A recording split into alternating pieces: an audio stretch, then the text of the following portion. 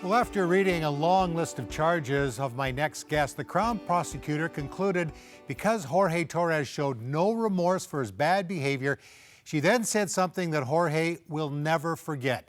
He's a danger to society and should never be let out. Well, he was let out of the correctional center, and he's here to share his story. Jorge, welcome to 100 Huntley Street. Thank you for having me. So you were born in El Salvador. Your family came to Winnipeg, 1991.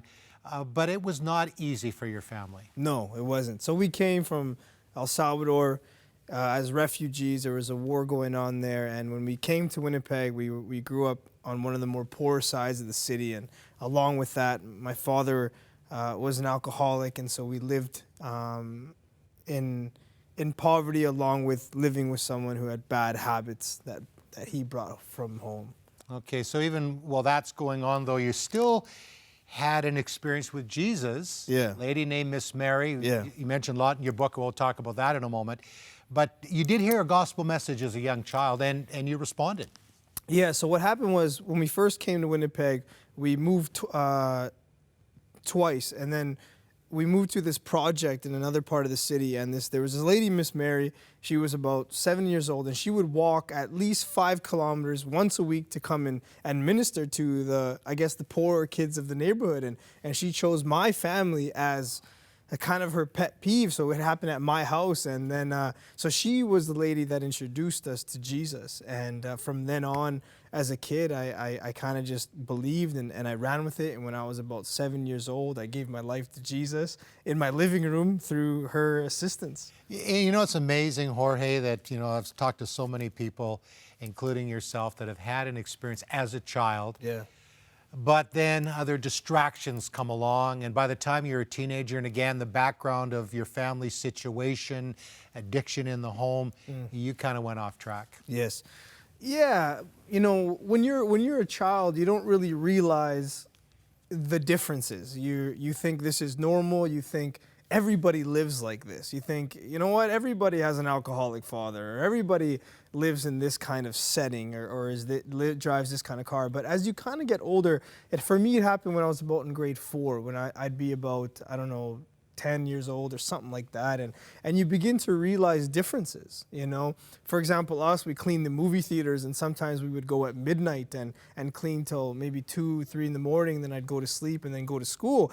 I knew everyone wasn't like this, but I didn't think I was different. But as I matured and grew, I began realizing, like, hey, we do live much poorer. My house isn't like your house, and my father isn't like your father, and your dad doesn't leave like he leaves us, and things like that. And then as you grow up in poverty, you start looking for ways, well, how do I live like that?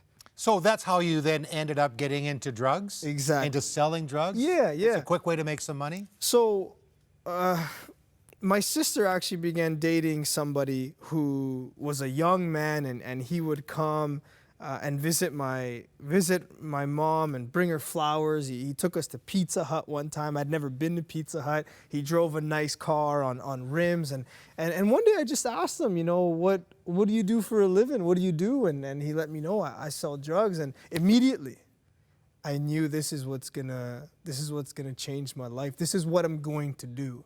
Did you think it was wrong at the time, or it's just the way of the neighborhood? Exactly. I thought, this is the way of the neighborhood. This is the way out, at least for the meantime. I wasn't taught much about, going to school. It was more just work.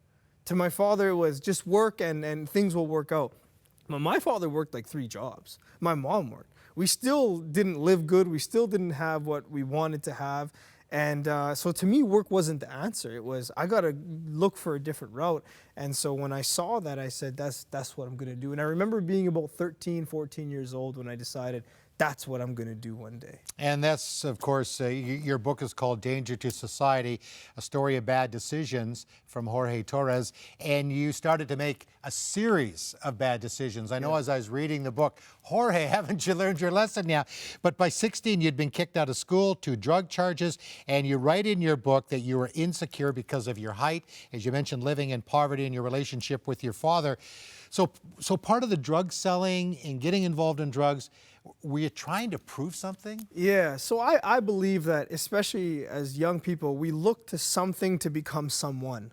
You know, some people find that in sports, some people find that in academics, some people find that in the good community and have in religion, right? For myself, I looked to something that would give me, you know, a kind of power, a kind of respect, because I was, you know, bullied as a child for my name being called Jorge, my height, I was small. And I said, I need something that people are going to look past that. And for me, the answer was something on the streets, you know, becoming a somebody on the streets, so that didn't matter how tall you were, what your name was, where you come from. If you lived up to it, you were respected. Now, it's interesting, you know, in your book, too, there's this battle of your conscience that's going back and forth.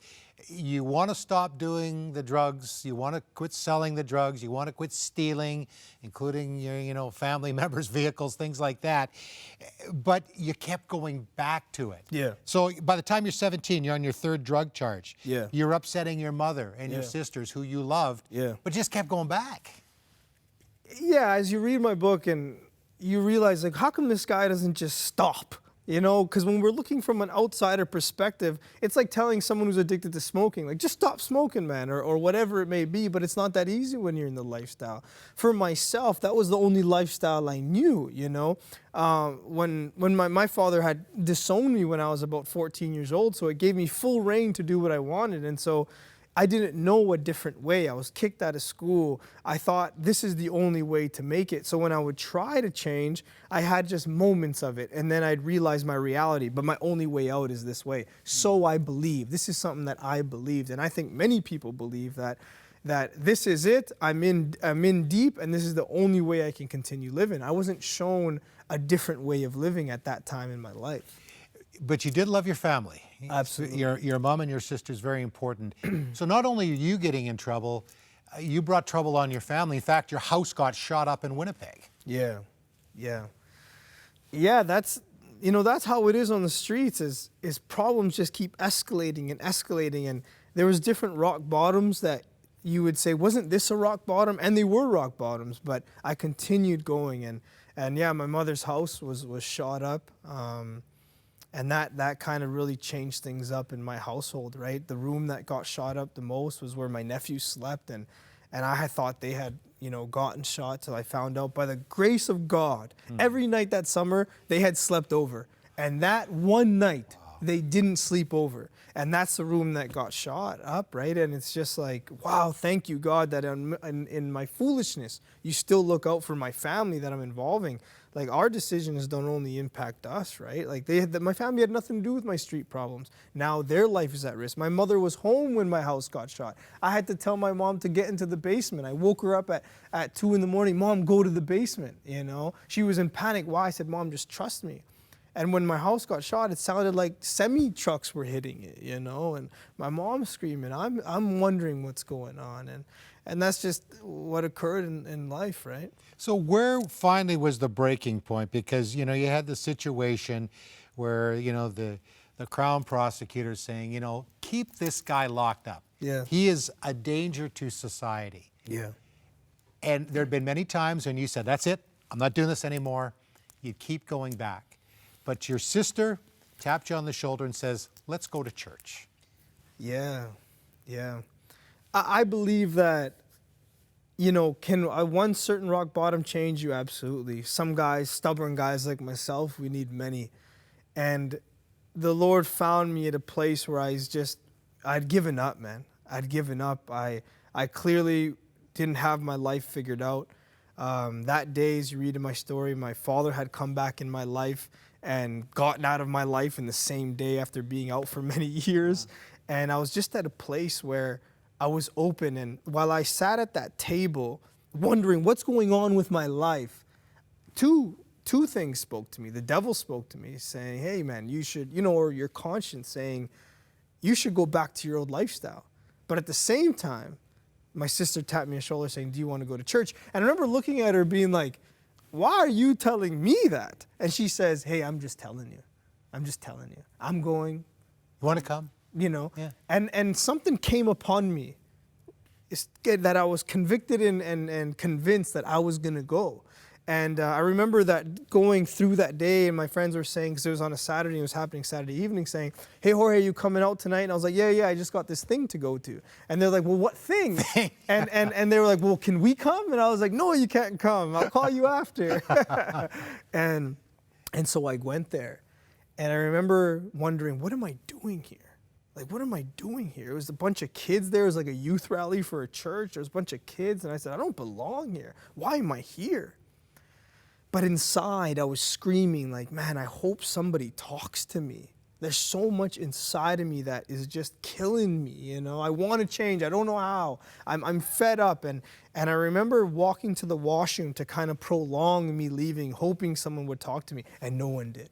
Right, and before we get to that point, because this is very significant, but had you thought back to that Jorge, that 7-year-old boy, Miss Mary, accepting Jesus, now you've been down this pretty rough road, Yeah. and here you are at church and feeling this conviction. Oh, absolutely. When you talk about what was that pull, that struggle, that was, you know, my relationship of knowing that I know better than this. You know, I believe in God, but I don't know how to follow. I don't know what that looks like. And so now in this moment, what got me there is the faith that, whatever faith I had, that built me up to be open to even going to this, right? And so when I'm at this event and now I'm leaving, I say, no one talk to me, I'm leaving, right? Okay, conscience, you're happy. I did what you wanted me to do. Now I'm going back to my old lifestyle. You're going to go back sell drugs. Exactly, but I don't want to. But I am, because to me, that's my answer, right? And I crossed paths with the pastor. And he says, I'd like to get the chance to talk to you sometime. And I looked inside, I said, why do you want to talk to me? You don't know me. But the words that came out were like, when, now? And so we looked for a classroom because it was kind of out of school, and they're all locked. And I'm like, okay, good, because a piece of me didn't want to do it either. But we end up going to my car. And in my car, Greg, I'm in the driver, he's in the passenger. And just like a torrent, man, like a storm, like it just, everything came out.